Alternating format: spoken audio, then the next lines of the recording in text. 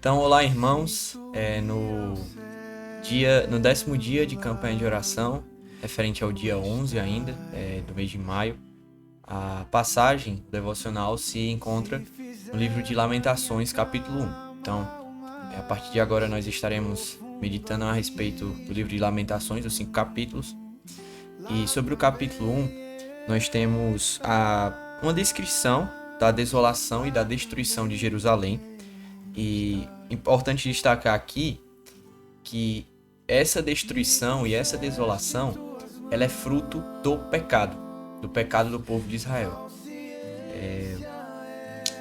E tudo que ele estava passando, toda a destruição, toda a desolação, toda a vergonha, todo o sofrimento aqui nesse sentido, toda a perseguição que eles estavam sofrendo foi derivado do pecado.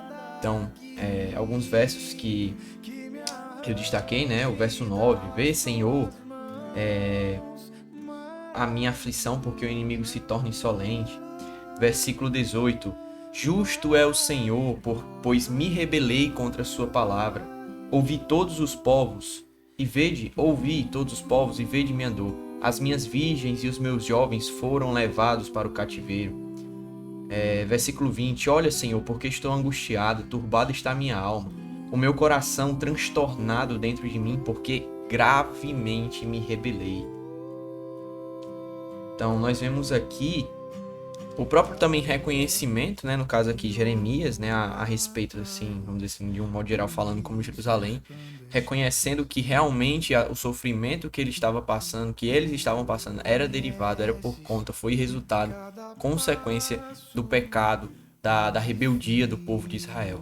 Então, o pecado, irmãos, como aplicação para nossas vidas, destaque aqui de alguns ensinos, o pecado, ele nos distancia de Deus e ele tem sérias consequências.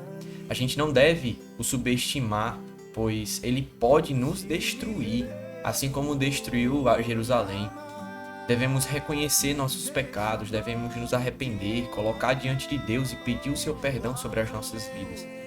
É muito interessante porque muitas vezes a gente subestima, a gente diminui o poder destrutivo que o pecado causa em nossas vidas. O pecado ele vai nos distanciando cada vez mais de Deus, principalmente quando se trata de pecados que são coletados na nossa vida como hábitos, que nós sabemos que isso desagrada a Deus e nós continuamos a praticar isso. Isso é rebeldia, irmãos. Então, isso destrói a nossa vida, vai destruindo a nossa relação com Deus aos poucos. E quando a gente às vezes se dá conta que estoura assim a bolha, que a gente cai na real, a gente se vê distante de Deus, destruído, vê várias áreas da nossa vida que já foram arraigadas com o pecado, e muitas vezes a gente não tem essa visão, né?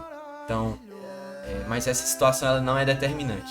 Graças a Deus pela misericórdia, pelo seu amor para conosco, ele nos perdoa, né? A palavra dele diz que ele nos perdoa, ele nos limpa, ele nos purifica, mas para isso nós temos que confessar os nossos pecados a Deus e nos arrepender verdadeiramente, porque não adianta de nada a gente confessar da boca para fora, dizer que se arrependeu, mas de fato não ter se arrependido no seu coração, e depois quando vier novamente a tentação, quando vier a oportunidade de fazer diferente, quando vier a oportunidade de você agradar a Deus, você cair novamente. Isso não serve de nada.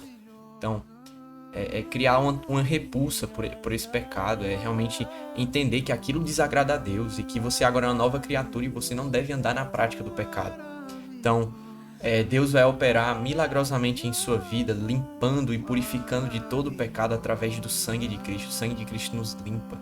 E para isso, né, devemos deixar de lado todo o embaraço e todo o pecado e não permanecermos mais na prática. Vale também lembrar, irmãos, que quanto às consequências do pecado, nós ainda teremos que sofrer as consequências, porque Deus é um Deus justo. De fato, ele não, vamos dizer assim, ele não guarda os nossos pecados numa caixinha toda vez que a gente peca, para ficar de algum modo, por exemplo, nos acusando ou algo do tipo. Não, de fato ele nos perdoa, ele esquece esses pecados, mas nós ainda devemos sofrer as consequências dos nossos atos. Tudo que a gente planta, a gente tem que colher.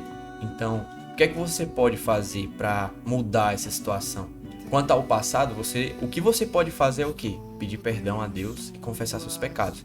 Mas quanto ao futuro, você tem em suas mãos o poder de escolha de não pecar contra Deus e seguir uma vida santa. Que aí mais na frente você não vai mais estar sofrendo as consequências, porque você não vai estar mais pecando, entende? As consequências do pecado, por exemplo, pecados que você vinha coletando, você está sofrendo as consequências agora. Mas como você parou de pecar contra Deus, você de fato se arrependeu, você não vai mais sofrer futuramente as consequências se você estivesse pecando nesse momento, entende? Então, que possamos ter uma vida santa, que possamos colocar diante de Deus todos os nossos pecados e realmente nos arrepender.